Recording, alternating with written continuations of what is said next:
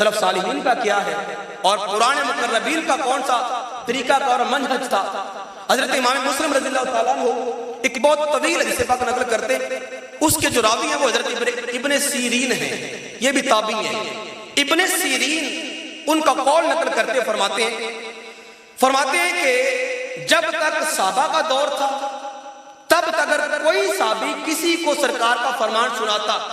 کہ میں نے سرکار سے یوں سنا یا یوں کرتے دیکھا، اگلا بندہ آنکھیں بند کر کے بات کو مان لیتا،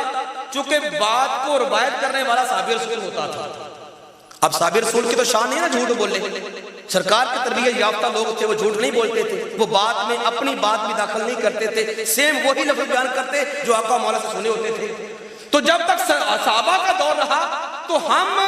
سرکار کی بات کو آنکھیں بند کر کے صحابی سے لے لیا کرتے تھے۔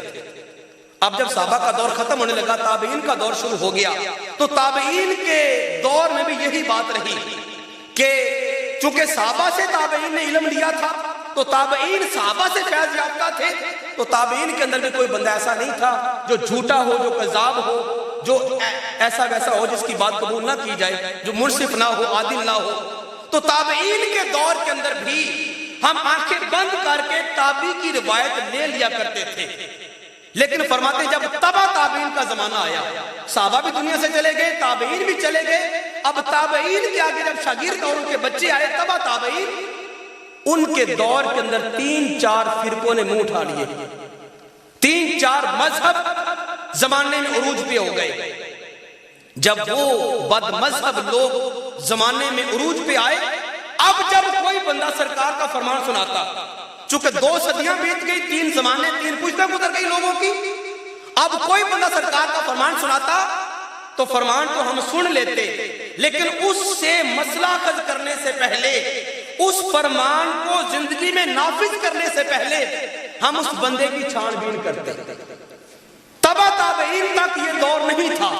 اس کے بعد جب دور آیا تو راوی کی ہم چھان بین کرتے،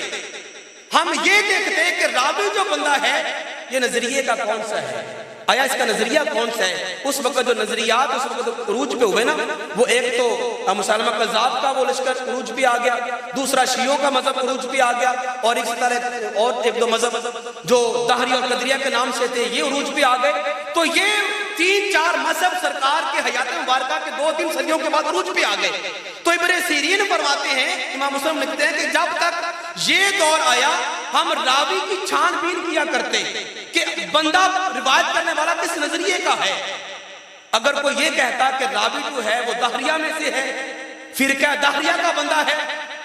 ہم اس کی بات کو مردود کر دیتے کہ تیری بات نہیں سننی، چونکہ تیرا فرقہ اور ہے،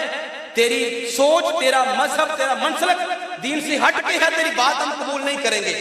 اگر وہ قدریہ کا ہوتا تب بھی ہم اس کی بات کو قبول نہ کرتے، اور اگر ہمیں یہ پتا چلتا کہ راوی جو ہے اس کا مسلک، اس کا مذہب، اس کا منسک عین اہل سنت و جماعت کا ہے، اس کی بات ہم آنکھیں بند کر کے قبول کر لیا کرتے تھے۔ یہ کب کی بات ہے؟ تبع تابعین کے زمانے کی بات کر رہا ہوں۔ تو تبع تابعین کے دور کے اندر جس حق جماعت کو حق سمجھا جاتا اور جسے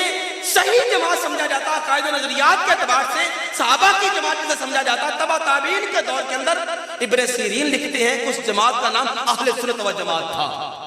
اور حضور غوث پاک بیان کرتے کہ ہم یعنی میں غوث اور میرے سارے معتقدین اعتقادنا اعتقاد السلف و صحابہ، ہمارے نظریات بھی وہی نظریات ہیں جو سلف صالحین یعنی تبع تابعین اور صحابہ کرام کے تھے۔ حضور ہمیں یہ پتا چل گیا کہ حضور غوث پاک رضی اللہ تعالیٰ عنہ بھی صحابہ کرام کے مسلک، ان کے مذہب کے اوپر تھے، اور جو اپنے سادہ لفظوں میں کہہ لیجیے کہ حضور غوث پاک بھی اس دور میں سنی ہی تھے۔